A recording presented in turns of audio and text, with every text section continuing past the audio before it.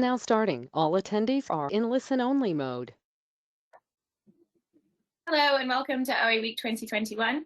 We will get started shortly. We'll just wait a few more minutes to make sure everyone is joining.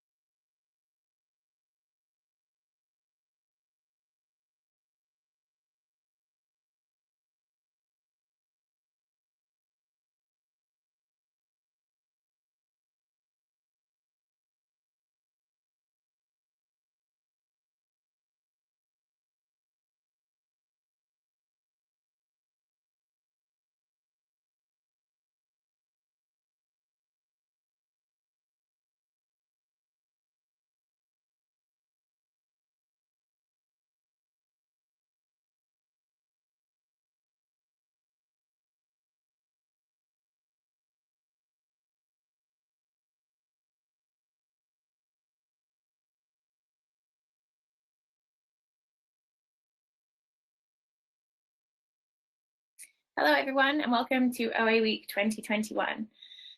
My name is Kerry Dobson and I am going to be introducing you today to Mr. Parth Arora, who will be leading a community discussion on the impacts of OA on marine fungi. OA Week is presented by 4 sponsoring organizations. Firstly, GOA-ON, the Global Ocean Acidification Observing Network. Second, NOAA, the United States National Oceanic and Atmospheric Administration.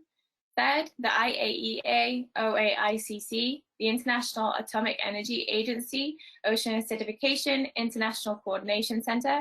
And last but not least, the IOC UNESCO, the Intergovernmental Oceanographic Commission of the United Nations Educational, Scientific and Cultural Organization.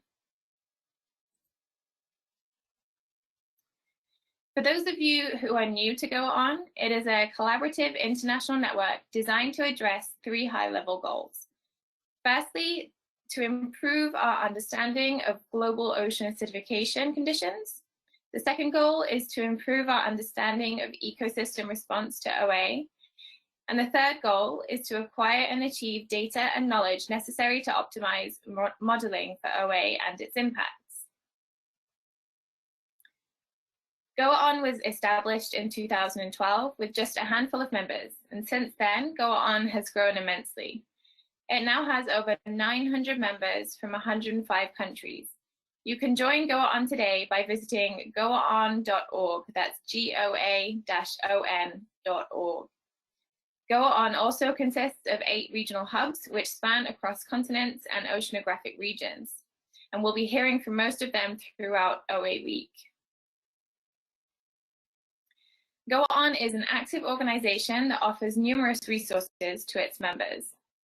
GOA-ON informs policy at the international level and is involved with initiatives such as the Commonwealth Blue Charter and the Community of Ocean Action on Ocean Acidification. GOA-ON supports the United Nations Sustainable Development Goal 14, known as Life Below Water.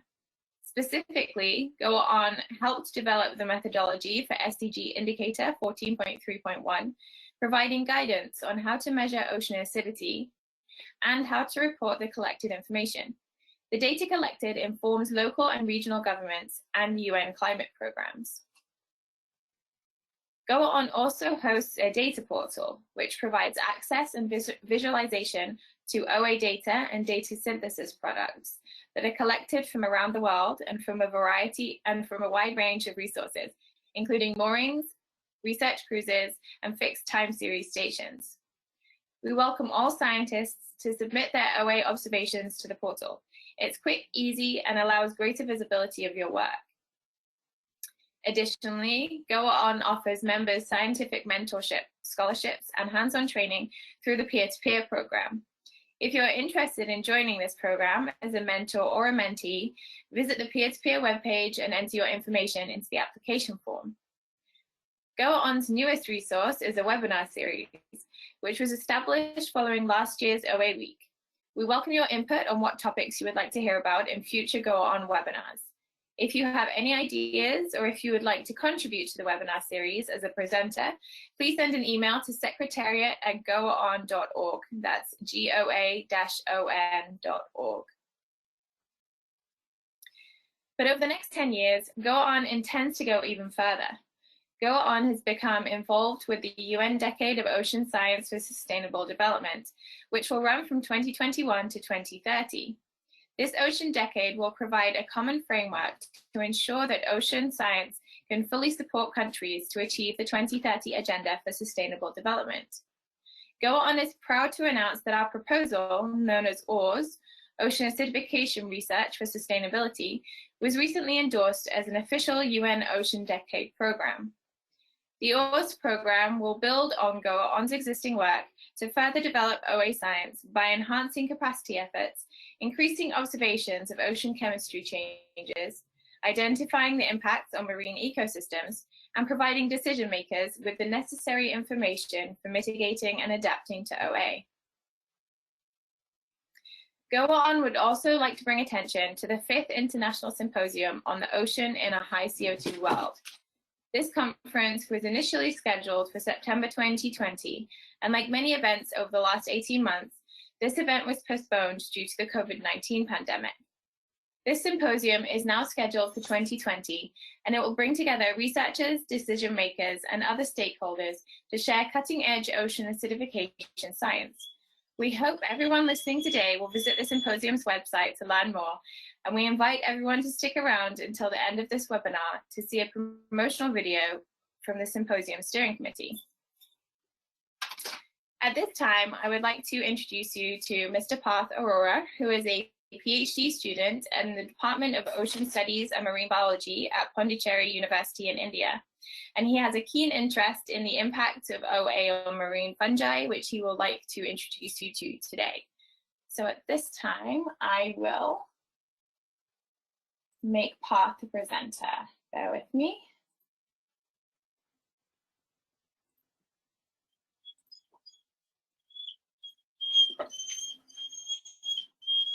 Okay, Parth, you should be the presenter now, so excellent. There you go. Take it away. Thank you, Kelly. Thank you so much. Okay, so hello and namaste to everyone. Thank you for this short introduction about GOA-ON and how it is. So I welcome you all again to this discussion session of the OA Week 2021.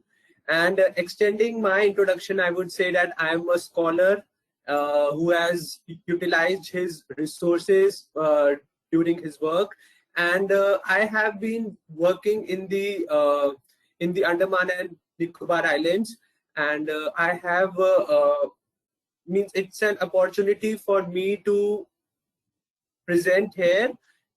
So I would like to start my presentation on the impact of marine fungi. So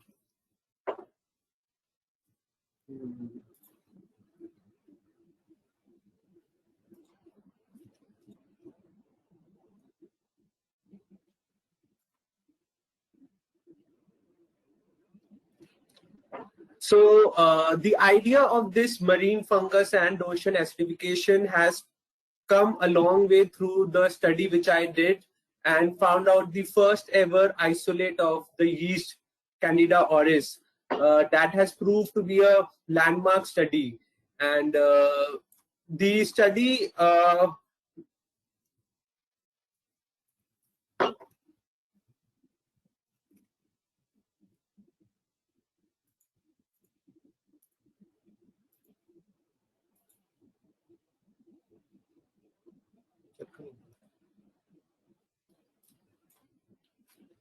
hello.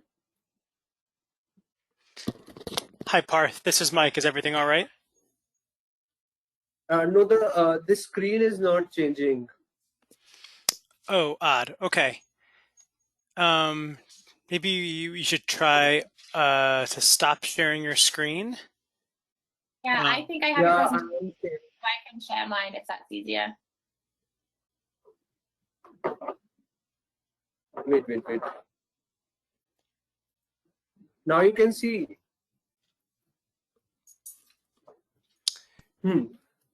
Okay. Now we see an image of your fish.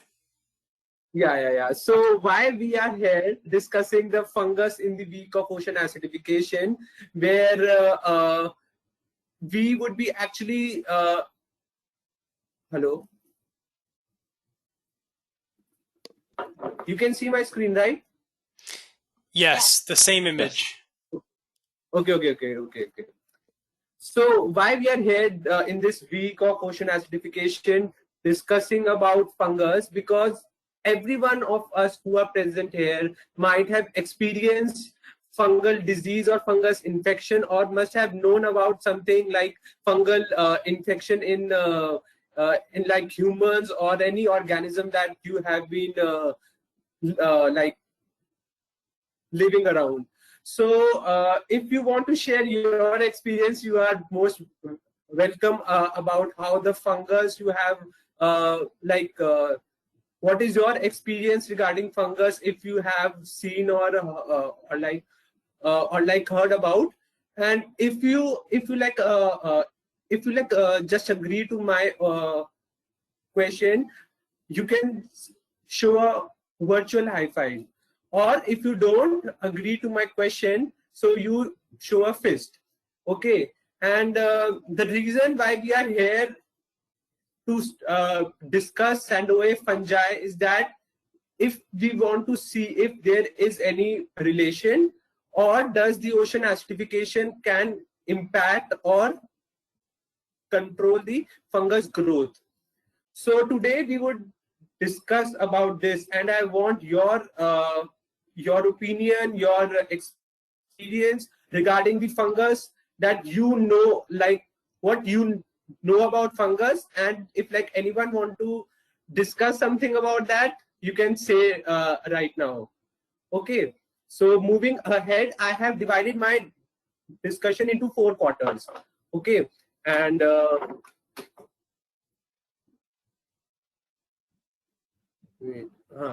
I have shown my discussion into 4 the quarter. First, we would have a small the questionnaire where I would like your involvement and your experience about the topic.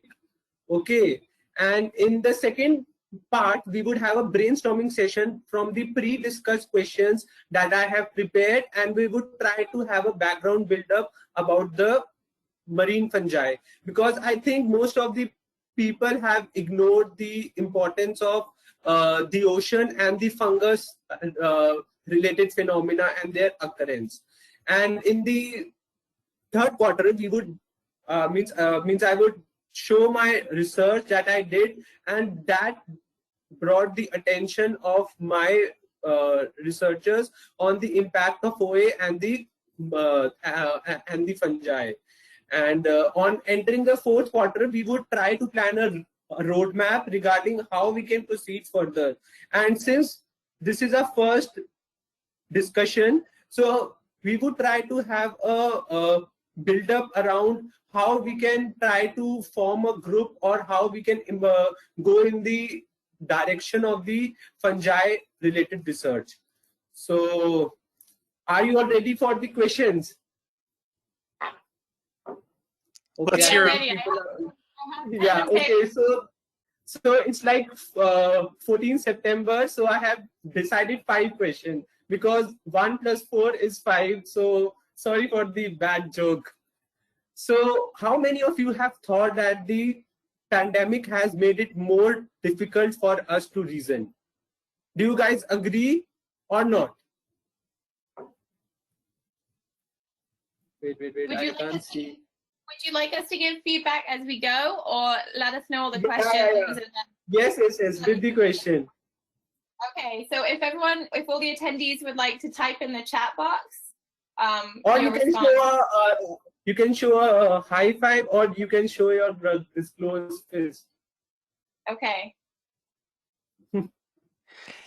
Any attendees can raise their hand with the little raise hand function, and we could also unmute you if you'd like to respond verbally.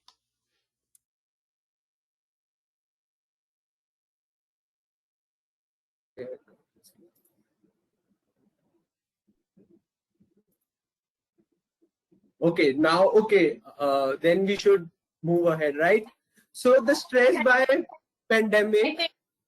I think Kanita had raised her hand. Oh, and she's typed in the question box. She says yes. It has made it more difficult for us to reason. Yeah. And Mohammed, So, Mohammed Ashraf, you should now be able to unmute yourself. okay, then they can type also. Yeah. Yes, he said yes as well. Yeah. And So they agree. So what do we mean by stress? That if it has sustained for a long time, we can say it is a chronic stress. And yes, we have seen for like past 1.5 years how we have gone through this stress. So moving on to the next question. Can our OA prediction and forecasting go wrong? Do we agree or not?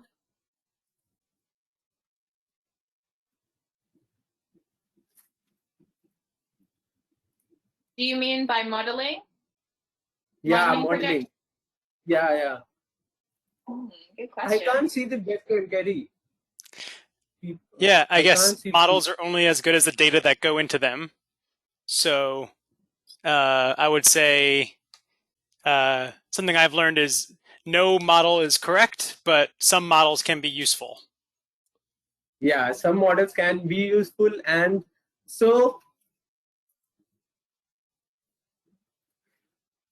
many data scientists, statistics, they have all engaged themselves in trying to study the modeling of different aspects, including the OA impact.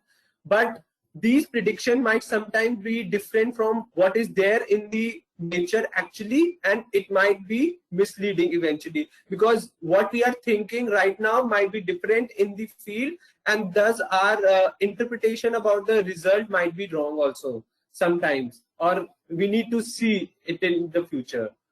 So moving, why this type of studies of forecasting be a failure? There are few reasons which I thought would be. One is poor data input. Then we have wrong modeling assumptions. Then high sensitivity of estimates. Then we have lack of determinacy, what we want to prove actually. And sometimes we look only at the one dimension of the study. For example, if I say OA and fungi, maybe myself I am going wrong of thinking that OA and fungi are independently, or they are both bilaterally related. They might be affected from different dimensions also, which would be available in the environment. Next, we have lack of expertise in crucial discipline. Like most of the people have ignored fungi in their research of this the acidification, particularly as we are discussing today. Then we have poor past evidence and effect of available interventions. We don't know the previous studies, like we don't have substantiate studies related to fungi and the OA. So there comes a need. And then we have selective reporting. Then we have errors in the study as well. These are some of the reasons which would be like applicable to all the field, but since we are discussing about OA right now, so these things I thought would be a reason that why our forecasting can go wrong.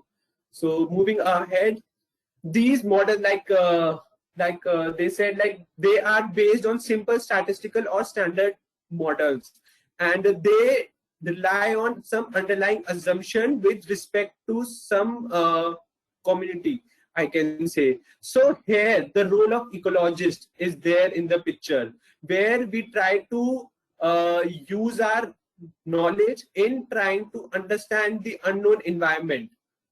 And what we need to do is we need to assemble different parameters into a single project, so that would help us in the decision making. Moving next, we need to model precisely, and we need to see the multi-dimension impact that is involved in the study of such models. So moving on to the third question, imagine a ecosystem. I want you all to imagine an ecosystem where we have a rock pool. Okay, for example, a rock pool, and then you should imagine water is leaving, going, and it is varying across time and months of the year. So how do you determine the impact of the OA on the ecosystem? Like someone would like to say anything about this, how they would try to incorporate the impact of OA in a natural environment where the water is moving continuously. Anyone? We'll see if anyone types in the question box. Give them a second and then I can let you know.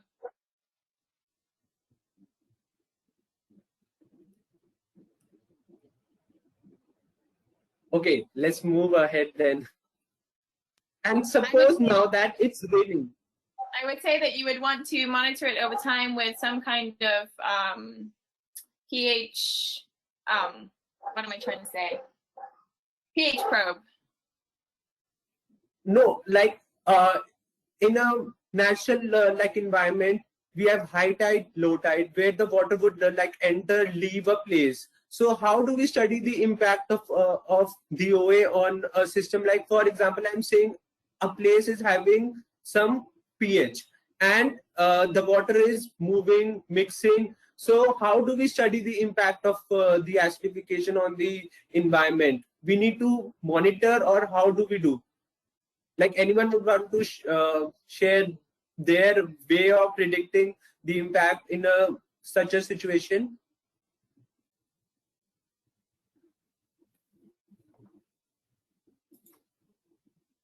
That's a good question. I'm not sure.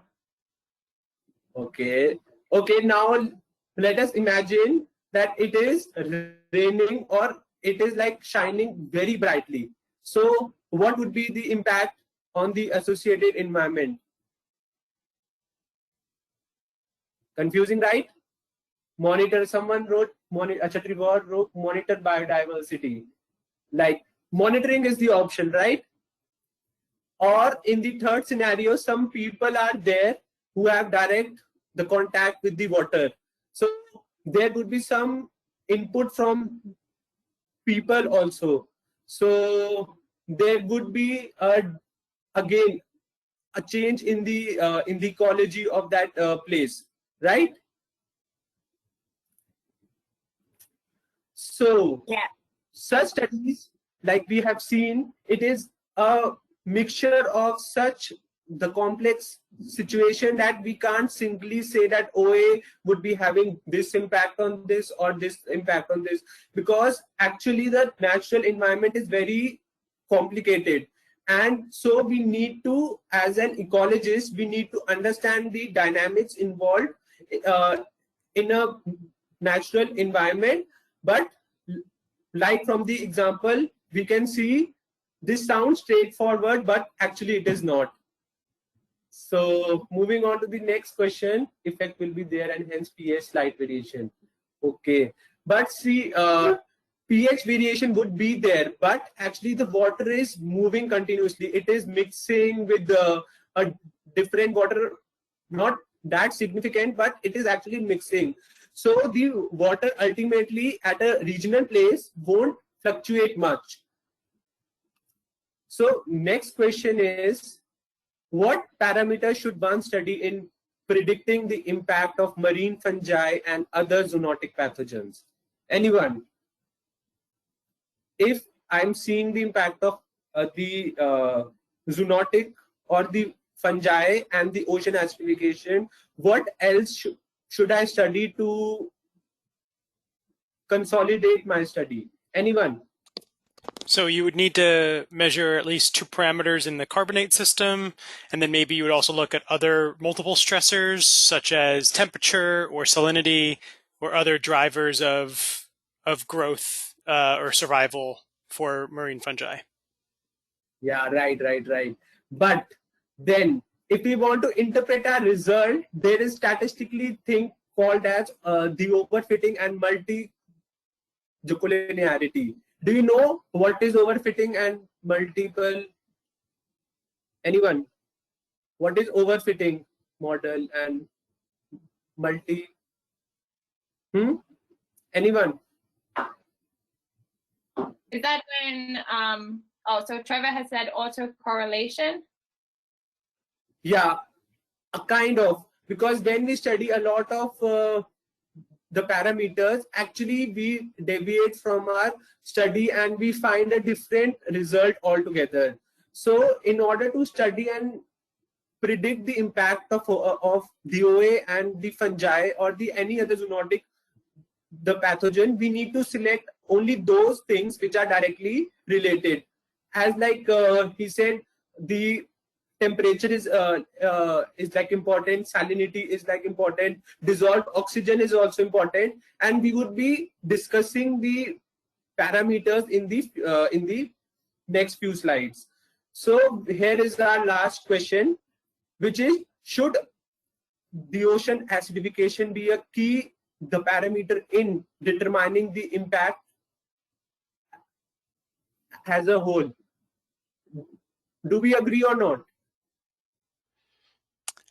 I think most people attending OA week would probably agree that OA is an important impact, but it probably depends on the specific system you're talking about. As we know, the impact of OA varies significantly across different species and ecosystems and different oceanographic regions. So other stressors may be more important in some places, and other places OA might be the most dominant stressor. Yeah, very right, very right. We are, I think, in the right direction then. So ecological monitoring, as someone suggested, Trevor, I think. So we need to actually plan such right parameters at the right mix in the suitable manner. So now we are here to the quarter of our discussion. So anyone would like to say anything after the first quarter, or shall we move ahead to the second quarter? I think then I can move ahead.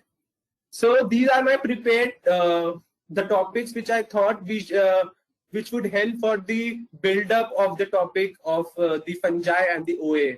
So the first is the challenges of SDG. How many of you agree that we have a challenge to accomplish SDGs? Anyone? Yeah. I think most of us will agree, right? Yeah. Yes, absolutely. Okay. Yeah, the SDGs are accepted by all the means almost to the every part of the world. So they are like important goals that we are working upon to achieve, and SDG 14.3 is ocean acidification. So, but while each region has different requirements to achieve the goal, we need to work together to achieve that balance of sustainability that we are looking through this SDG.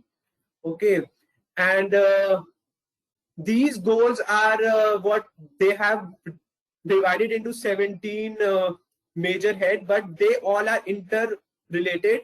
And to achieve that, I think everyone is trying to work to the maximum they can.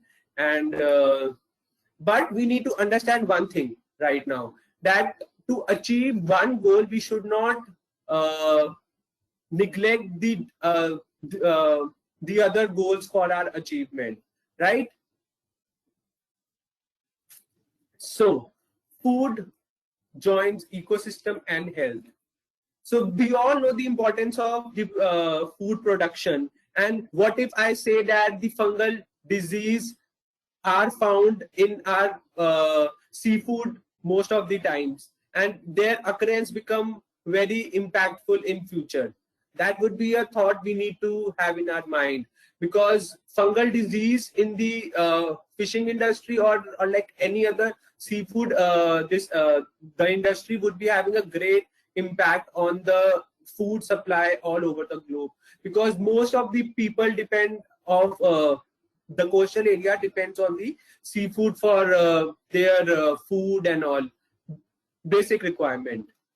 So now I want to ask you all, do you think climate change would play a significant threat on the food supply globally? Anyone? 100% yes. Absolutely. Yeah. So the linking of the ocean acidification that most people have thought would be changing due to the climate change, and plus the impact of warmth on the ecology would be significant in future. So we would be discussing that in the upcoming slides also. So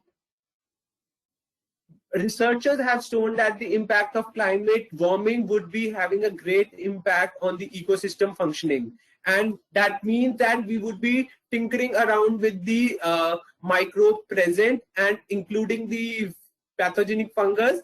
These would be like transmitted to different food webs, and it might be a problem for us in future.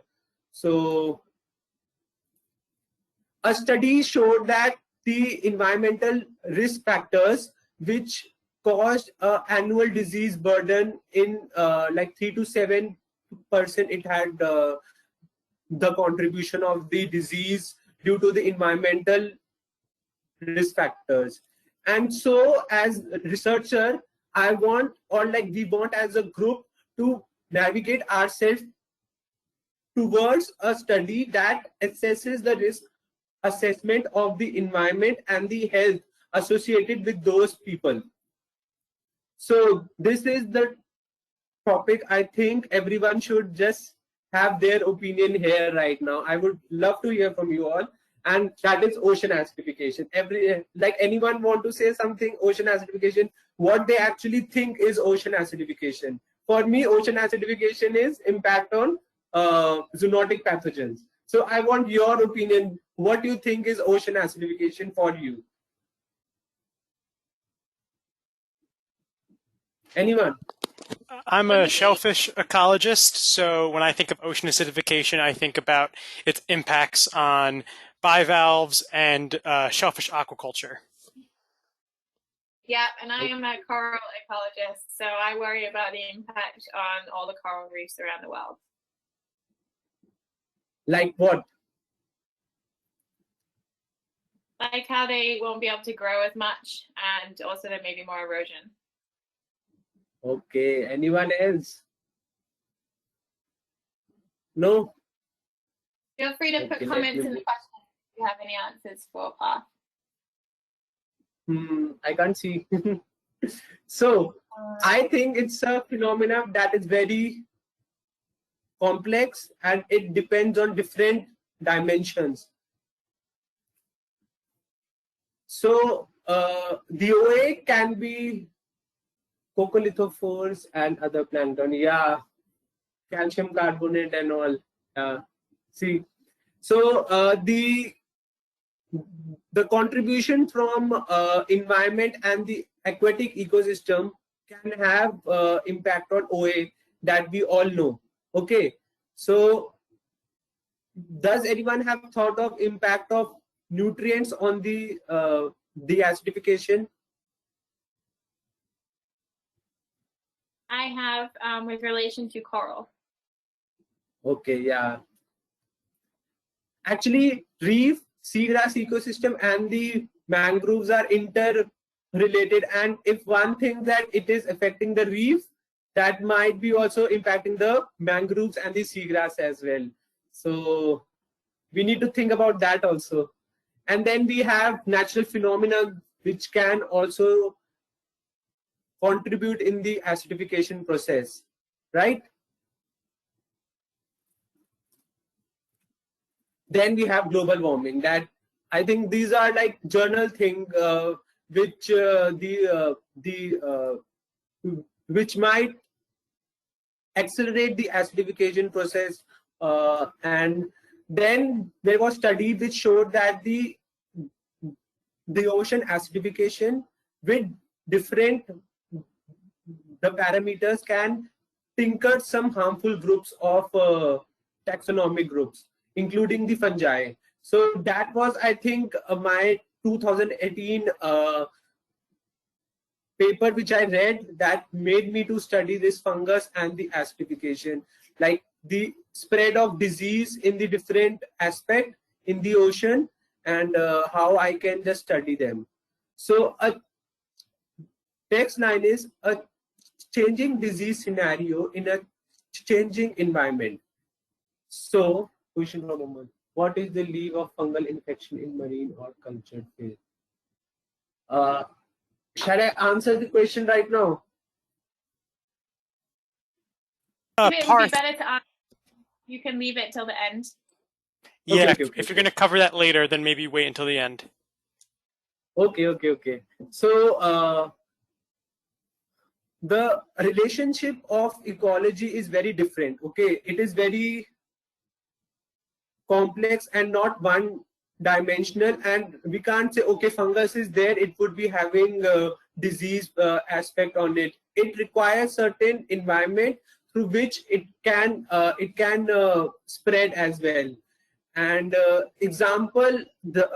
best example I think we all know is antimicrobial resistance, which has come in almost all the pathogens that we have seen because of the unnecessary usage or the overusage, and people not adhering to the advice of the prescription, and they themselves using it have caused antimicrobial resistance, which has proved to be a headache for all the mycologists, for all the epidemiologists to solve this problem.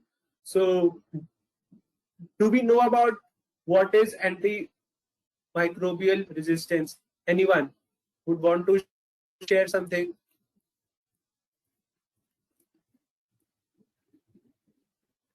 Okay, so to have this disease scenario reduced, we need some policies and regulation that would help us in preventing the hazards or such mutation in the pathogenic form of the organism that we are studying. Okay, so what do we think when I say the word pathogen? Anyone? What do you know about pathogens?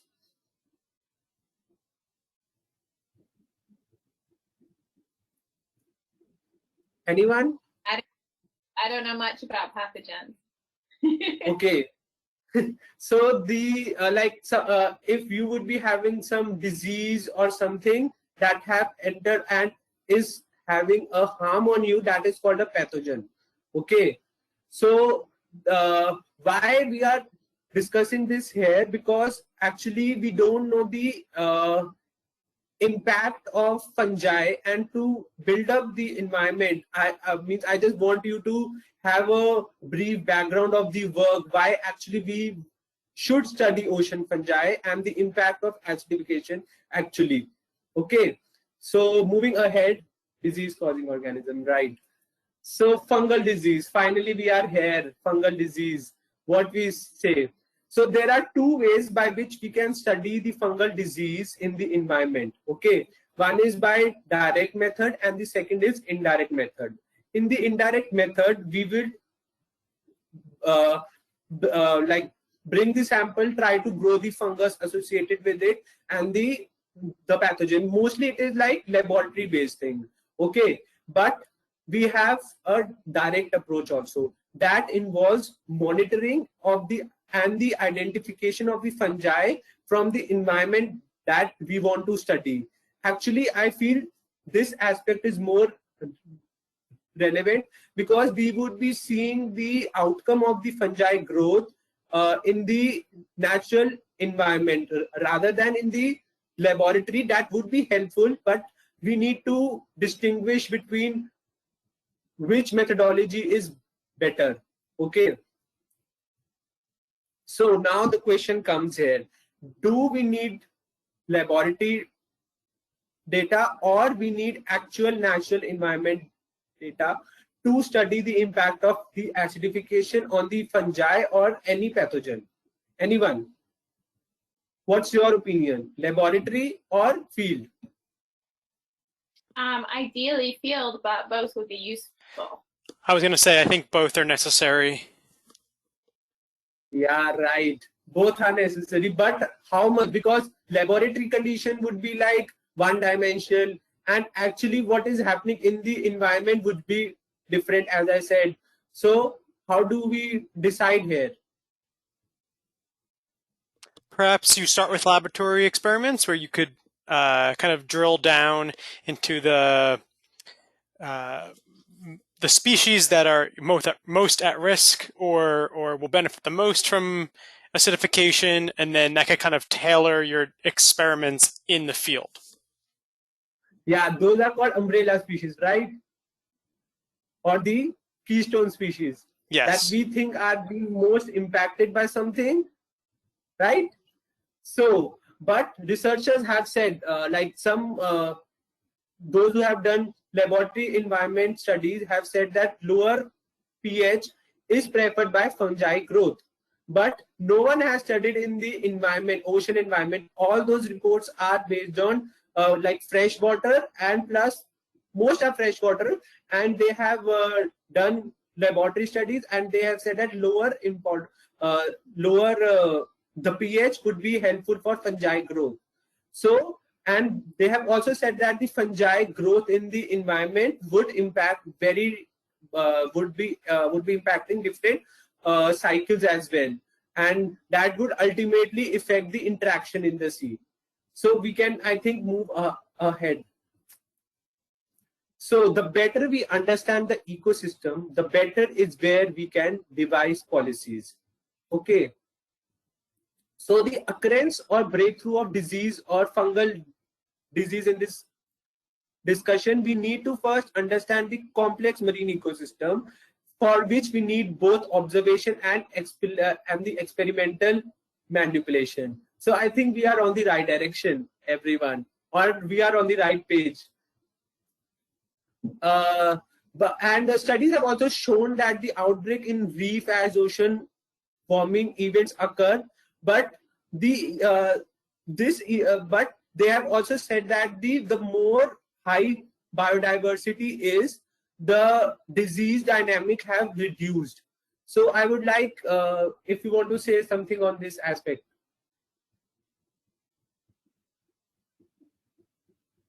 Kerry, if you want to say the impact of the ocean warming on the reef ecosystem. Any comments? Yeah, it's no good.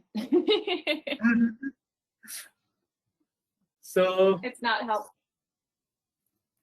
It's not? It's not helping the reefs. Yeah, it is not helping. Actually, it is becoming a problem. Okay. So there was one more study that was also based on laboratory experiment, and they grew yeast in the anticipated future pH and the present pH value, and they said that the reduction in the the acidification, like the more acidity, the yeast was being benefited. So I think literature says that the acidification would be having an impact on on the fungi and their disease formation. So I think we should focus now on, okay, first let us conclude our second quarter. So relationship between the biodiversity and climate change, including environmental factors, largely remain unknown. Okay, so the field studies are very less for the fungi and the acidification. So, however, given the published hypothesis, the response on the acidification at key biological hotspots across the globe remain limited, which might differ based on natural assemblages. That means that how much biodiversity rich a region is, it would become more resilient to the impact of the acidification, right? Right. People have studied the experimental study of OA that we have already discussed in reef, seaweeds, sponges, and they have, means what I understood, they have said that as a whole ecology, if we see if the biodiversity high, we can reduce the impact of the acidification. Anyone would like to say something that is contradictory? Because what I have interpreted and studied, this is what I found, like the high biodiversity would help us to make the environment more resilient towards acidification. I want your input if like anyone wants to give their input. I agree with you. Okay. Similarly, like the acidification outbreak can be prevented, and we need to see the overall impact of climate change and the acidification, which can be mitigated through biodiversity conservation. So here comes the third quarter. Okay, we enter our third part of the discussion, and if like anyone wants to give some input, you are welcome. Okay. So keeping these scenarios in mind, we now move to the quarter, which is actually where this spore of idea came of the impact of OA and the fungi, which I did in the Andaman and Nicobar Islands, India. So you can see on the screen how fungi have occupied a significant part in the taxonomic group biomass. So we can't just ignore them according to their biomass, and they have a significant the contribution in the abundance and the taxa biomass and the abundance. So the fungus has been isolated from different habitats. Means these all studies were like one-part studies. Means the scientists went to field mycologists, and they just brought the something like seagrass, algae, the reef and sediments, and thus they grew it, and they like just isolated the samples. So in my study, I studied temperature, salinity, dissolved oxygen, pH, tidal amplitude, nutrients which were phosphate, nitrate, nitrite, and silicate, and rainfall data which we got it from the meteorological department. So these parameters were selected based on actually what directly impacts the fungus in the natural environment. So these studied like these things were sorted out after thorough literature review and what as an ecologist I had learned throughout my studies. So I selected these things, parameters. Okay. So this is the photograph of some of the fungus which like in the laboratory you can see, and wait, I will show you.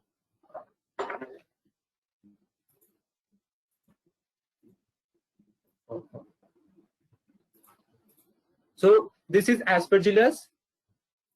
Okay. And these are different form of aspergillosis you must have seen. They are found in the inhalant, in the indoor environment of your home also. You can find them. They are very adaptive to the environment, and they have been found out. And these are different fungus which I think I have isolated. Means these are the fungus which I have isolated, and you can see them in the microscopic form. Okay. These are different yeast. Like most of you have sometimes had a fungus infection or something, and these are the few pathogenic forms of fungus that means were isolated during my study. And these are, see how you can see is that these fungus has a lot of filiforms. Okay. And they can be very invasive in like the organism they are growing. So these are the cultures of fungus that I have taken. They look fascinating, but actually they are very, very dangerous. Okay, are you do you find them very colorful or attractive? The blue and purple ones were prettier. See, they are looking pretty, but actually they are very, very intimidating now that we know. Okay, so these are the fungus growth on different media. Actually, this medium is used by clinical mycologists. Actually, if you have some fungal disease or you go to a hospital, they would try to grow this fungus on such media, and they would try to see which fungus it is. So it is a different study altogether, like clinical mycology, which I was part of for I think 1 year. And so the parameters which I studied and the fungus which I got, I just tried to study them statistically, because and these statistical results were significant, because if you know about statistical value p less than 0.05, it is significant. But those things are just statistically, which is not, I think, applicable in such studies. But to prove our work statistically, I did multiple regression. So on site 1, we have DO and water temperature, which played a significant role. Then we had in different site, there also DO and water played a significant role. But at the site 3, it was having pH as the significant player in impacting the fungus growth. So these data is based on field studies. So the third parameter means the third side showed that, okay, actually the significant part pH can also play in impacting the fungus growth. So this is the box plot of the first isolate that you are seeing in the world of yeast Candida auris, which was isolate. So you can see my spotlight. Yes. Okay, so the blue one is the growth of the fungus at 28 degrees Celsius, right?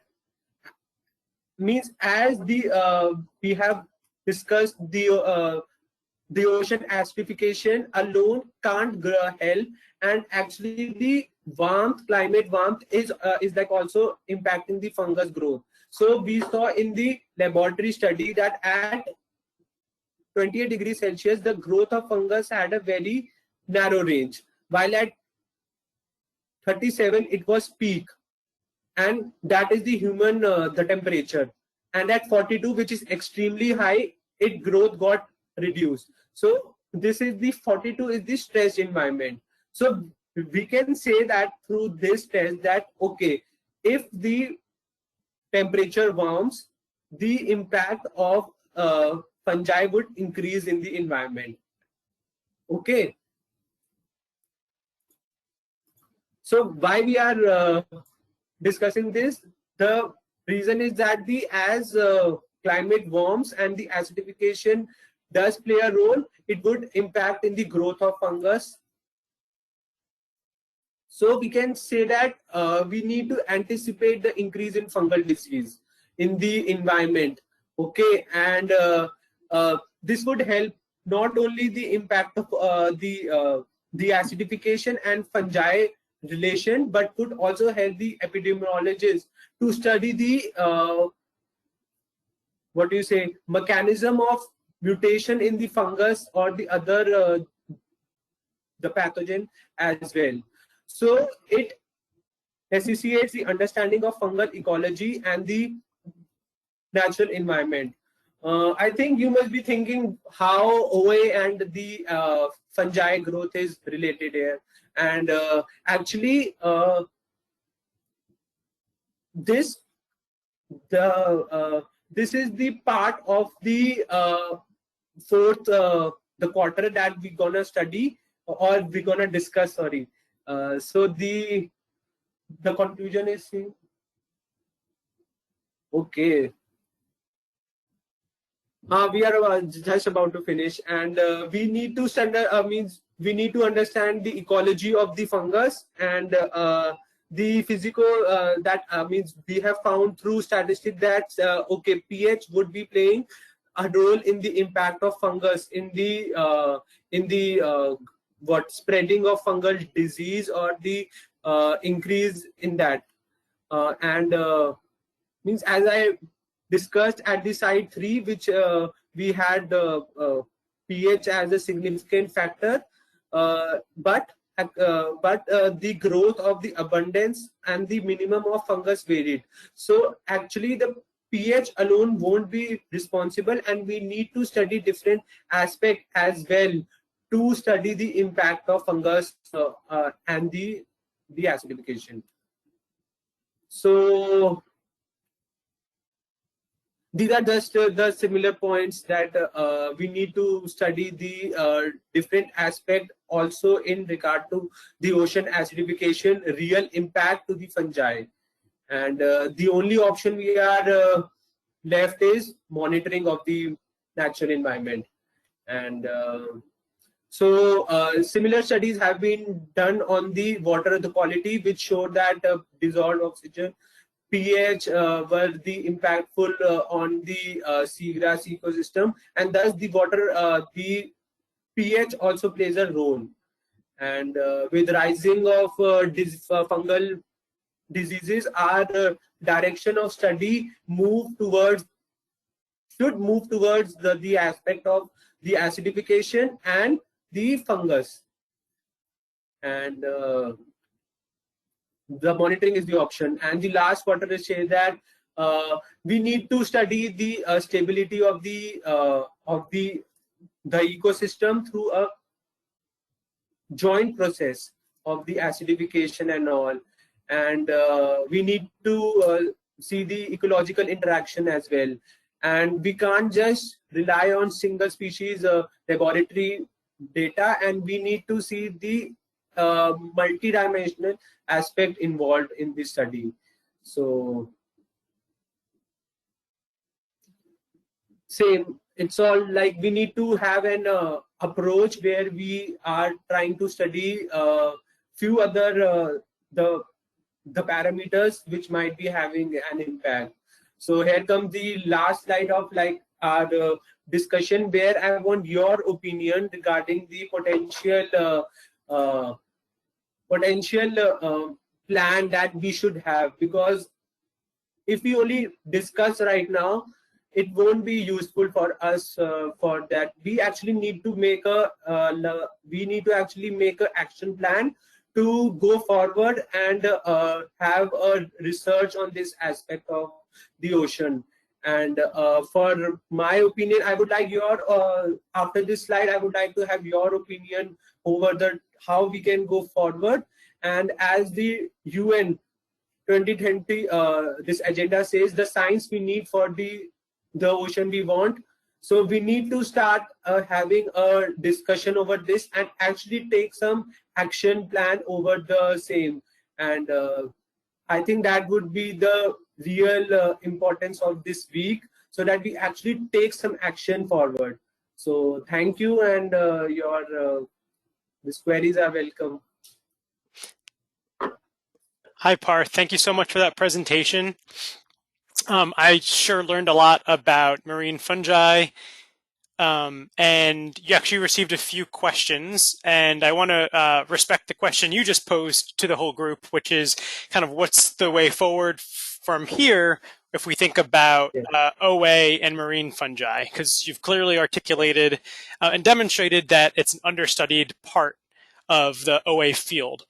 I'm going to go out on a limb and suggest that the best place to design this potential roadmap is going to be on the OA Info Exchange.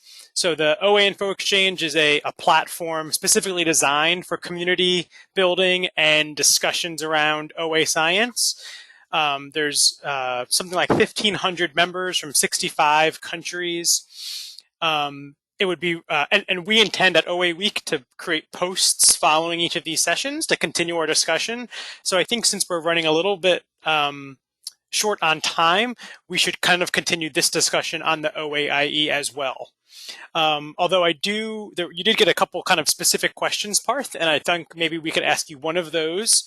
And then at the very end, we'll show a video from the High CO2 Steering Committee. So the question I want to pose to you, Parth, is what level of fungal infection is observed in marine aquacultured fish and shellfish? And is this something that has kind of gained any more attention?